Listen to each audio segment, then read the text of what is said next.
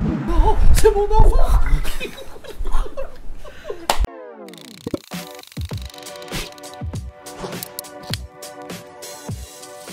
C'est Armand Gatti avec son chien, un de ses chiens.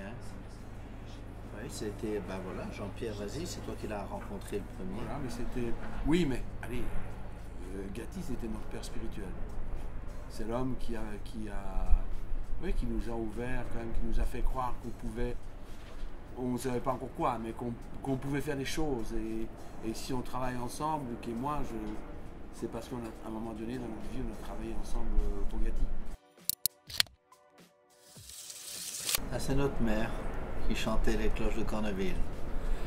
Elle faisait le personnage d'une soubrette dont j'oublie le nom. Et elle chantait beaucoup à la maison aussi. Elle nous mettait sur le divan. Et elle chantait. On l'écoutait, on était au spectacle de manière, je dirais, enfin quand on était très jeune en tous les cas, de manière, je ne vais pas dire permanente, mais quand même bien 2-3 fois par semaine. Ouais. Oh, oula, les amis du film. Ouais. Ça, c'est une redoutable revue de cinéma belge, hein, catholique, c'est l'office catholique du film, hein, qui était à la maison et qui était l'index. Et ceci dit, hein, j'ai revu des numéros de la revue, il y avait à l'intérieur des articles pas mal. Il y avait des gens, bon voilà, il y avait des articles bien, mais il y avait à l'intérieur un guide moral sur une classification morale des films, sur que les enfants pouvaient voir, les adolescents, et les adolescents étaient divisés en âge, puis les adultes, il y avait les adultes de notre réserve, et le pire c'était les films à proscrire. Évidemment, c'est ceux-là qui nous intéressaient. Donc voilà, c'était de drôles de trucs, hein, drôles d'affaires. Voilà. Robin des Bois, par exemple, était proscrit. Oui. Et toi? Ouais. Trop violent. Trop violent. Incroyable. Je me souviens encore, pour adolescents, Net réserve, je sais plus quoi. Adulte, c'était adulte, net réserve, et puis à proscrire. Ça, c'était le truc. Les fous. Ah, ça, c'est un des plus beaux films. Comment ce gamin qui perd sa mère, enfin, oui, il perd sa mère, il perdra aussi sa sœur, il retrouvera sa mère, mais il la perd un moment et il devient un peu un bourreau. Il est formé de manière à devenir un bourreau et puis il va s'en libérer de ça. Et notamment grâce à sa sœur qui va lui rappeler qu'il n'est pas ça, qu'il ne doit pas être un bourreau.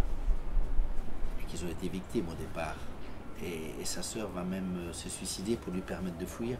C'est magnifique. Ouais. Ah, c'est l'adolescence. Ouais. C'est l'adolescence, c'est les premiers baisers. Les premiers baisers, les rencontres. À mettre, c'est dans un champ. Et nous, c'était dans le thé dansant. Il fallait des trucs, organiser des surprises parties, organiser le dimanche après-midi dans une maison de jeunes à Choquet. Hein. Ah, ça c'est un grand moment d'espoir dans le film, évidemment, puisque Ahmet, fermé à tout, fanatique, semble quand même être ouvert au désir érotique, au premier amour. Voilà, et ça c'est un grand moment, cette affiche représente ce moment où, sans le savoir, la jeune fille, c'est parce qu'elle sent quelque chose pour lui, elle va peut-être le libérer de son fanatisme.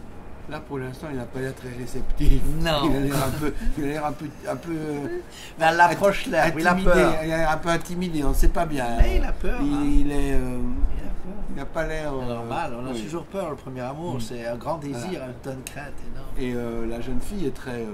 c'est elle qui mène la danse. Hein. Au plat. Ah oui, le plat. Oui, à côté, juste dans les Shadows. C'était au-dessus de chez nous, c'était un endroit où les usines chimiques de la région venaient de déverser leur truc. Ce qu'on appelait le plâtre, qui était du gypse, oui. Avec lequel on fait le gyproc. Et on avait murs validés. Et on avait le sentiment, les panneaux là, les panneaux blancs, okay, pour construire les buildings, dans les appartements, voilà. Voilà. On fait des murs avec ça. Et on avait le sentiment que c'était des montagnes, quoi. Comme tous les enfants qui faisaient des trucs. En fait, oui, c'était d'une certaine hauteur, mais pas. Et c'était un endroit de jeu, quoi. Et voilà, la locomotive, c'est pour le cylindre. Parce crois que qu'il dans y le avait un plâtre, il y avait un grand Ouais, cylindre. ouais, qui était une ancienne locomotive. Qui était, nous on appelait ça la locomotive, mais bon, c'était un grand silo, un énorme silo avec un trou énorme par lequel on entrait pour aller se cacher. Les Shadows, on écoutait les Shadows, c'était quelqu'un, un ami, enfin une connaissance un peu plus âgée que nous, il écoutait les Shadows, il écoutait Apache. Apache. Apache, les Shadows, et il y avait une autre tendance qui disait, écoutez les gars, les Shadows, c'est des dactylos là, de la musique. C'était un débat auquel on ne participait pas, mais nous, on écoutait un peu aussi les Shadows. Ah, l'interrupteur qu'on Une ouvre et histoire qu'on de- ferme. Ouais. Ça c'est, oui, j'ai raconté ça dans au dos de nos images. Quand on allait dormir, on avait un jeu, c'est celui qui éteindra la lumière, où qu'il est, c'est ça. Et parfois on s'amusait, comme je raconte, qu'on l'éteignait, on l'allumait, puis notre père venait crier. Silence. Coupé. Ça c'est le stade du Standard, hein, C'est c'est ça. ça. Avec I Got You Babe. Ah, voilà. Magnifique ça. Qui était quand nous on était au stade, chaque fois avant le début du match, le speaker lançait cette musique avant que les joueurs ne montent sur le terrain. C'était la musique du club. Ouais, c'était ça qui passait chaque fois. On n'avait pas de télévision à la maison, et de ce qu'il existait déjà. Non, il n'y a pas de vidéocasse. Non, On ne pouvait pas encore. Hein, la vidéo apparaît dans les années. il y avait du Super 8. La vidéo apparaît dans les années 70. Hein. Et là, moi, quand je faisais mes montages, des buts, avec le commentateur Luc Varenne, qui était un commentateur très connu, sportif, vélo et football. C'était dans les années 65, 66. Je me souviens, le match qui m'a le plus impressionné, c'est on jouait contre Liverpool. Et j'aimais bien Liverpool aussi, et j'aimais bien le Standard. Mais je dois dire que ça tenait, parce que Liverpool jouait aussi en rouge et blanc. Ouais, duel de Diable Rouge du coup. Et j'étais derrière le but de Liverpool, et Roger Claessens, un corner, je me souviens, tiré par Vliers, qui est un joueur du Standard, un joueur flamand du Standard. Et Roger Claessens se retourne, il fait retourner, et pouf, goal pour le Standard. Inouï, on a perdu 2-1. On a perdu 2-1.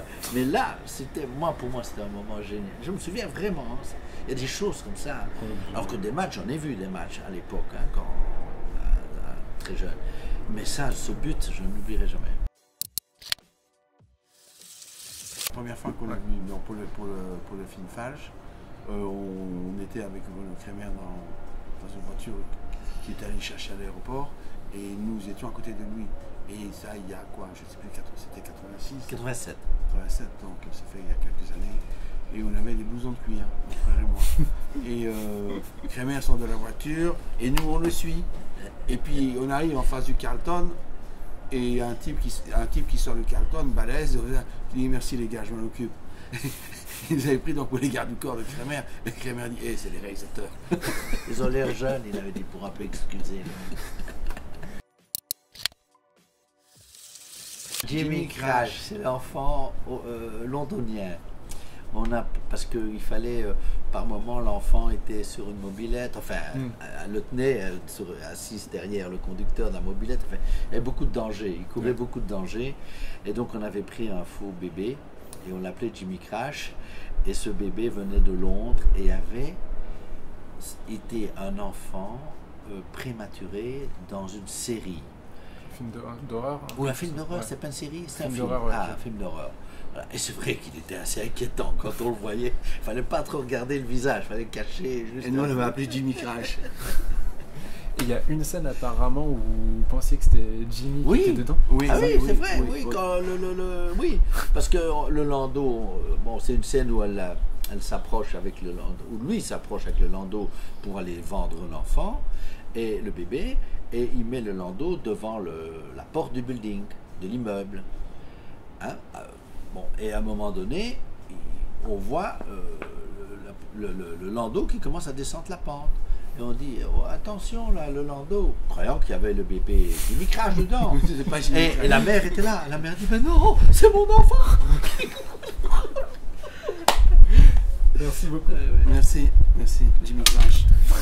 Et puis finalement, elle était cool parce qu'on l'a rattrapé très vite. Quoi, C'est après bien, 10 c'est bien mètres, pour hein. Jimmy Crash parce que c'est la seule fois où on le voit.